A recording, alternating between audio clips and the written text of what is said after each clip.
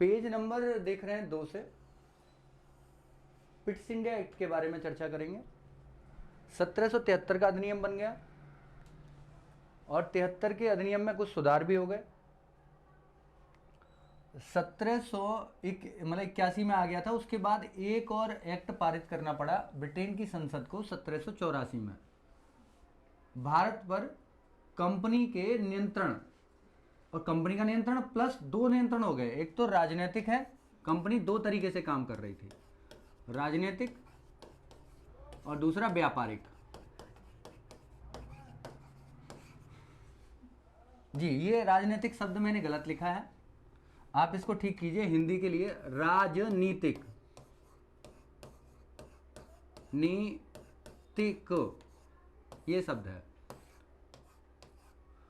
और 2 काम है इसके, राजनीतिक काम और व्यापारिक काम।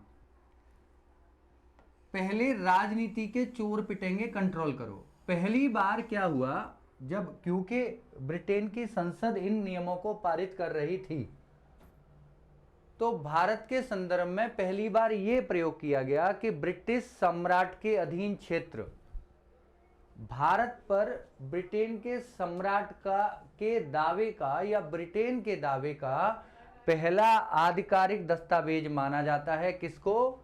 1784 के पिट्स इंडिया एक्ट को। अब पिट्स कौन थे? पिट्स तत्कालीन प्रधानमंत्री थे ब्रिटेन के, इसीलिए इसे पिट्स इंडिया एक्ट भी कहते हैं। 1784 में बना था। और कुछ इन्होंने एक काम और किया, राजनीतिक व आर्थिक कार्य अलग अलग कर दिए। 1773 में क्या बनाया था? कोर्ट ऑफ डायरेक्टर या बोर्ड ऑफ डायरेक्टर बना दिया था, कोर्ट ऑफ डायरेक्टर बनाया था। ये डायरेक्टर को केवल काम दिया गया किसका? केवल आप व्यवसाय के काम देखिए, व्यापार वाले काम कोर्ट ऑफ डायरेक्टर देखेगी। एक कंट्रोल बोर्ड बनाया गया, क्या नाम बनाया इसका? कंट्रोल करो, बोर्ड ऑफ कंट्रोल। इस बोर्ड ऑफ कंट्रोल के सभी सदस्यों की नियुक्ति तथा इनकी वापसी, मतलब अगर किसी को निलंबित करना है तब भी, इन सबका अधिकार दिया गया किसको? ब्रिटेन के सम्राट को। बोर्ड ऑफ कंट्रोल के सभी सदस्य कुल मिला के 6 होते थे, खैर उसे छोड़िए, अभी 6 याद नहीं करने आपको। तो ये इसमें 4 जो थे प्रिवी पर्स के थे, और प्रिवी पर्स में क्या था कि वो मंत्री ही, जो ब्रिटेन के मंत्री हैं वही इसके सदस्य हुआ करते थे। अब मंत्री सदस्य हैं और सम्राट के अधीन है, तो कंपनी पर नियंत्रण और बढ़ गया किसका? ब्रिटेन के सम्राट का। अब दूसरी बात इसमें यहां यह समझनी है कि अगर कोई मतलब राजनीतिक काम है, अर्थात युद्ध करना है, आक्रमण करना है, संधि करनी है, तब कौन करेगा? ब्रिटेन का सम्राट, अर्थात किसकी सहायता से? बोर्ड ऑफ कंट्रोल की सहायता से। एक बार फिर दोबारा ठीक से समझते हैं। हमने कहा 1784 के एक्ट से कंपनी के राजनीतिक और व्यापारिक काम दोनों अलग अलग किए गए। लेकिन कैसे? इसमें क्या बात थी? इसमें यह बात थी कि एक बोर्ड ऑफ कंट्रोल बनाया गया। इस बोर्ड ऑफ कंट्रोल को क्या काम दे दिए गए? युद्ध, राजनीतिक काम, संधि, सेना, ये से संबंधित काम कौन देखेगा? Board of control. अब बोर्ड ऑफ कंट्रोल में कौन सदस्य होंगे? 6 सदस्य थे, उसमें एक राज्य सचिव भी था, कुल मिला के 6 थे, तो 4 तो मंत्री हुआ करते थे। इन मंत्रियों के माध्यम से सीधा सीधा समझ लीजिए कि ब्रिटेन का सम्राट निर्णय लिया करता था। इसी को पिट्स इंडिया एक्ट कहते हैं। पिट्स इंडिया एक्ट क्यों कहते हैं भाई 1784 को? इसलिए कहते हैं क्योंकि पिट्स तत्कालीन प्रधानमंत्री थे ब्रिटेन के। इसे देखते हैं, पहले याद कैसे रहेंगे ये फैक्ट? पहले राजनीति के चोर पिटेंगे कंट्रोल करो। अच्छी बात है, आप जितने भी लोग हैं, बहुत सारे लोग बोलते भी है राजनीति में चोर रहते हैं, दैट टाइप ऑफ थिंग्स आप यू से। पहले राजनीति के चोर पिटेंगे कंट्रोल करो। पहले ये पहला दस्तावेज था जिसके माध्यम से भारत पर अंग्रेजों ने अपना अधिकार बताया था।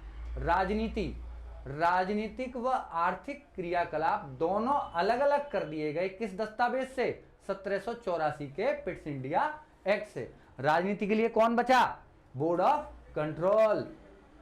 आर्थिक कार्यों के लिए कौन बचा? कोर्ट ऑफ या बोर्ड ऑफ डायरेक्टर, जो 1773 के अधिनियम से बन चुका था। मतलब भारत में कंपनी आ रही है और इसके 2 पहलू हो गए हैं।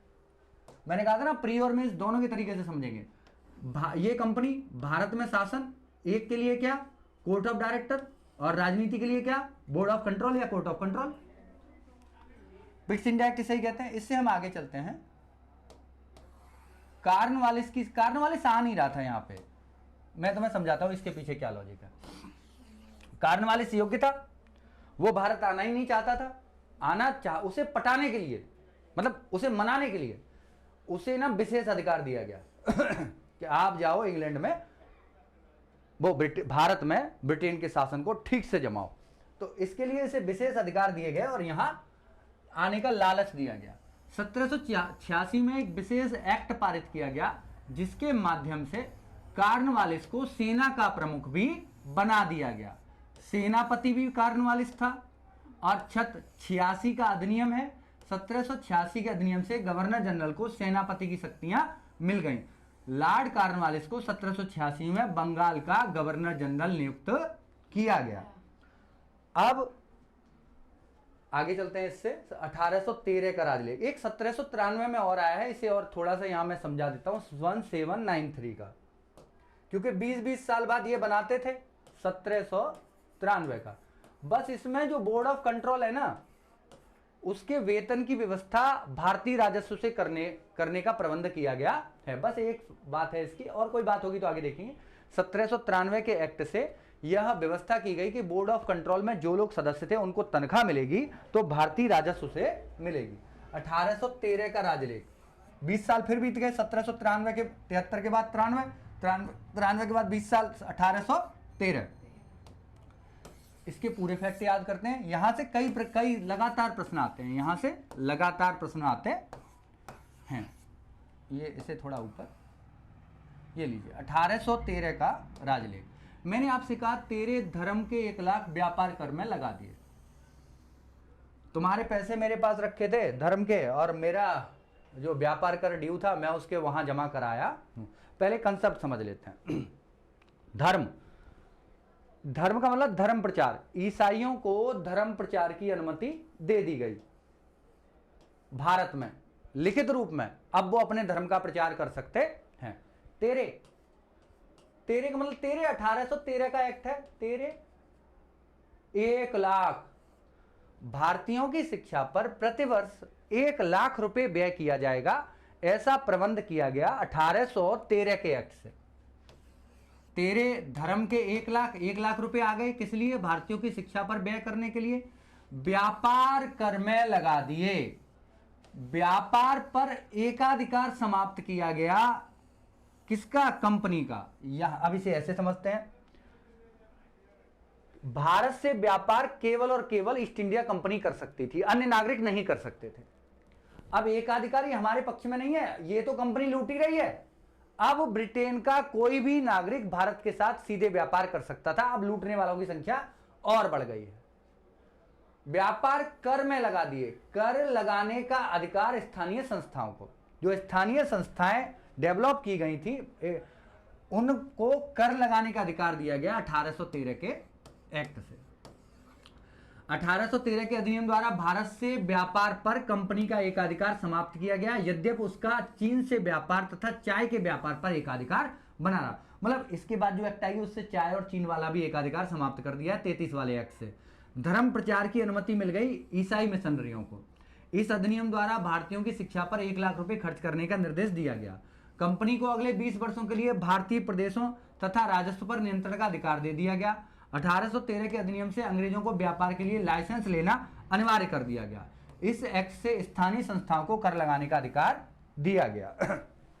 इससे आगे चलेंगे अगली वीडियो में, तब तक आप इतना ही देखिए। अगली वीडियो में हम जो सीखने वाले हैं वो बेटा दास, ये 33 वाला एक्ट है, बहुत जल्दी खत्म करेंगे। 53 वाला एक्ट है, बहुत जल्दी खत्म करेंगे। Have a nice day, bye.